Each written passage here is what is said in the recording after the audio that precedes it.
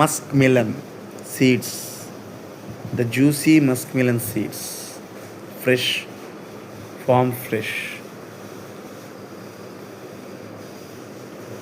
ఇది దోసకాయ జాతికి చెందినటువంటిదిగా అనిపిస్తుంది.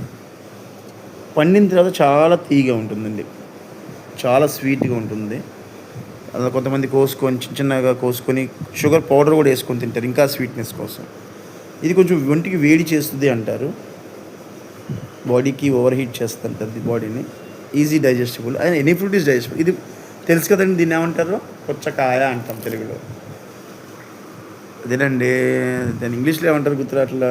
చూడండి ఈ సీడ్స్ చూడండి, పుచ్చకాయ సీడ్స్ కూడా ఎండబెట్టి అమ్ముతున్నారు ఈ మధ్య, మంచిదని.